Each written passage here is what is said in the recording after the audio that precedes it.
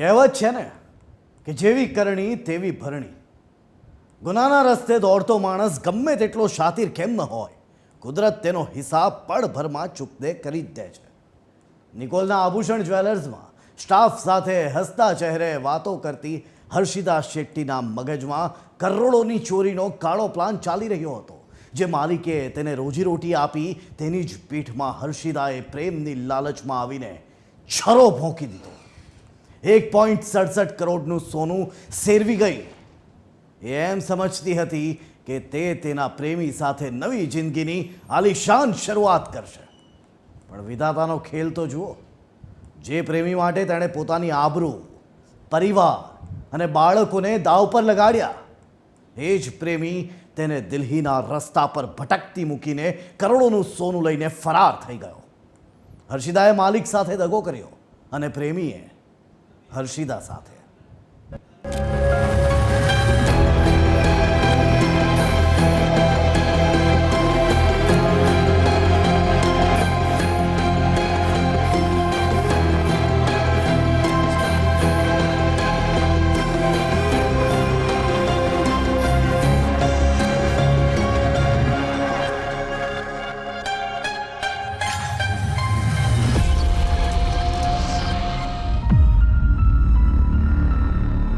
અમદાવાદના નિકોલ વિસ્તારમાં બનેલી આ ઘટના કોઈ ફિલ્મી સ્ક્રિપ્ટથી કમ નથી. એક એવી પ્રેમિકા જેણે પોતાના પ્રેમી માટે માલિકનો વિશ્વાસ વેચી દીધો, અને એક એવો પ્રેમી જે કરોડોનું સોનું હાથમાં આવતા જ પોતાની પ્રેમિકાને રસ્તા પર રઝળતી મૂકીને ફરાર થઈ ગયો.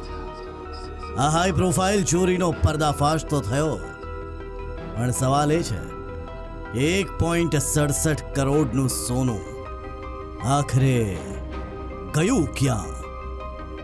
હસતો ચહેરો, પાછળ કાળો ગુનો, પ્રેમની જાળ, કરોડોની લૂંટાફાટ, દિલરુબાનો દગો, પ્રેમી પણ ફરાર, કરોડોનું સોનું, ક્યાં છુપાયું રહસ્ય?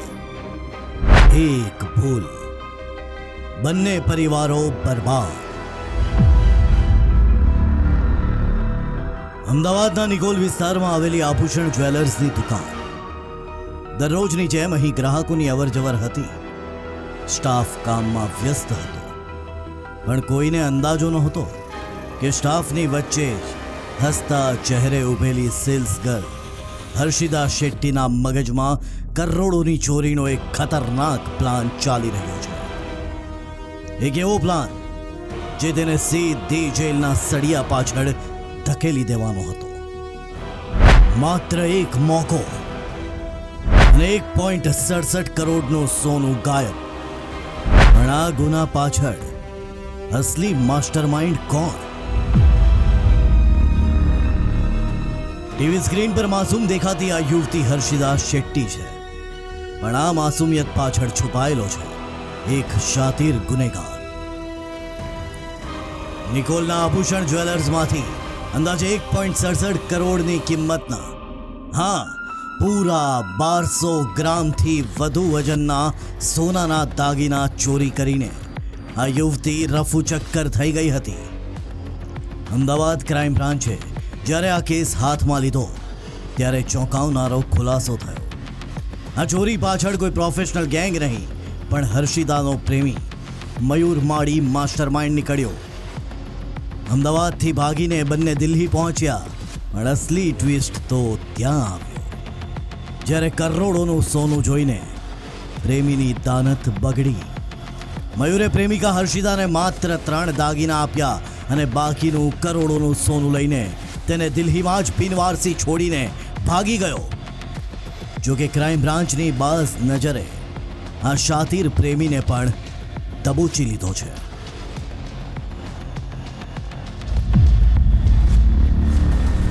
પ્રેમીની વાતોમાં આવીને યુવતીએ શોરૂમમાં 1.67 કરોડના દાગીનાની ચોરી કરી. ચોરીની સમગ્ર ઘટના સીસીટીવીમાં કેદ થઈ અને બાદમાં શરૂ થયો ક્રાઇમ બ્રાન્ચની તપાસનો દોર. અને ક્રાઇમ બ્રાન્ચે પહેલા યુવતીને પકડી અને બાદમાં તેના પ્રેમીને. હવે સવાલ એ થાય છે કે આ ગુનાની શરૂઆત ક્યાંથી થઈ? પોલીસ પૂછપરછમાં જે રહસ્યો ખુલ્યા તે ચોંકાવનારા છે.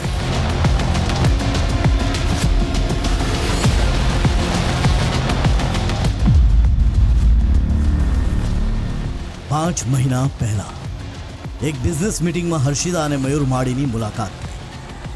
ધીમે ધીમે આ મુલાકાત પ્રેમમાં બદલાઈ. મયુર જાણી ગયો હતો કે હર્ષિદા સોનાના શોરૂમમાં કામ કરે છે. બસ તેના મગજમાં લાલચ જાગી.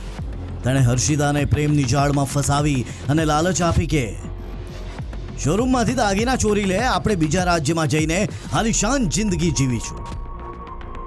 પ્રેમમાં અંધ બનેલી હર્ષિદાએ માલિકની ગેરહાજરીનો ફાયદો ઉઠાવ્યો, કરોડોનું સોનું સેરવી લીધું અને મેડિકલ ઇમરજન્સીનું બહાનું કાઢી પ્રેમી સાથે બુલેટ પર સવાર થઈને ઉદયપુર ભાગી ગઈ.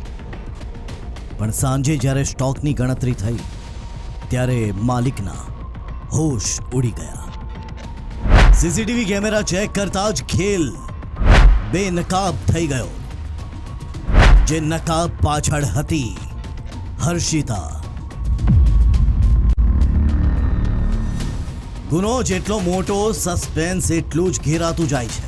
કારણ કે ક્રાઇમ બ્રાન્ચને હર્ષિદા પાસેથી માત્ર 22 લાખની કિંમતના દાગીના મળ્યા. મયુરે 2 દાગીના વેચી માર્યા હોવાની કબૂલાત કરી, પણ બાકીનું કરોડોનું સોનું ક્યાં છે એ રહસ્ય હજુ પણ અકબંધ છે.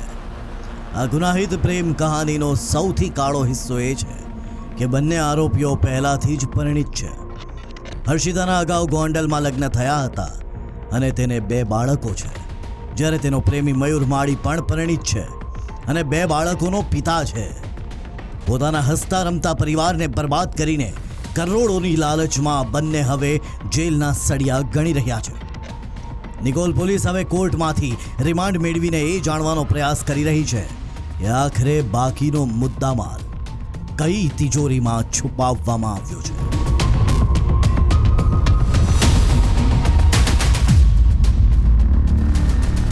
હાલમાં જ્યારે એને ધરપકડ કરવામાં આવી ત્યારે એની જોડેથી ટોટલ એમને 130 ગ્રામ જેટલું 16,71,000 જે કિંમતનું સોનું મળી આવેલ છે. અને અન્ય જે સોનું છે એને પોતે રાજસ્થાનમાં કોઈ જગ્યાએ છુપાડ્યું છે. એ બાબતે એની અમે રિમાન્ડ લઈને આગળનું તમામ સોનું રિકવર કરવામાં આવશે. પ્રેમ, લાલચ અને ધગો, આ ત્રણેય નકારાત્મક લાગણીઓએ 2 પરિવારોને તો બરબાદ કર્યા જ છે. સાથે સાથે કરોડોની ચોરીના આ ગુનાએ વેપારી આલમમાં પણ ફફડાટ ફેલાવી દીધો છે. હર્ષિદાએ તેના પ્રેમી મયુર માટે બધું જ દાવ પર લગાવી દીધું, પણ બદલામાં તેને શું મળ્યું? ધોકો, ગદ્દારી અને પોલીસની કસ્ટડી. હવે જોવાનું એ રહેશે કે પોલીસ રિમાન્ડ દરમિયાન મયુર માળીના મોઢેથી બાકીના કરોડોના સોનાનું રહસ્ય ક્યારે બહાર આવે છે. ગુનામાં સામેલ બંને આરોપીઓની ધરપકડ બાદ તપાસનો દોર શરૂ કરવામાં આવ્યો છે. આરોપીએ જે દાગીના ચોરી કર્યા તેનું શું કર્યું તેની હજુ પણ તપાસ કરવામાં આવી રહી છે. હવે આ કેસમાં ચોરીમાં ગયેલો મુદ્દામાલ કેટલો રિકવર થાય છે અને ક્યારે થાય છે તે તો આવનાર સમય બતાવશે. ક્રાઇમ ટાઈમ માટે ભાવેશ રાજપૂત, TV 13, અમદાવાદ.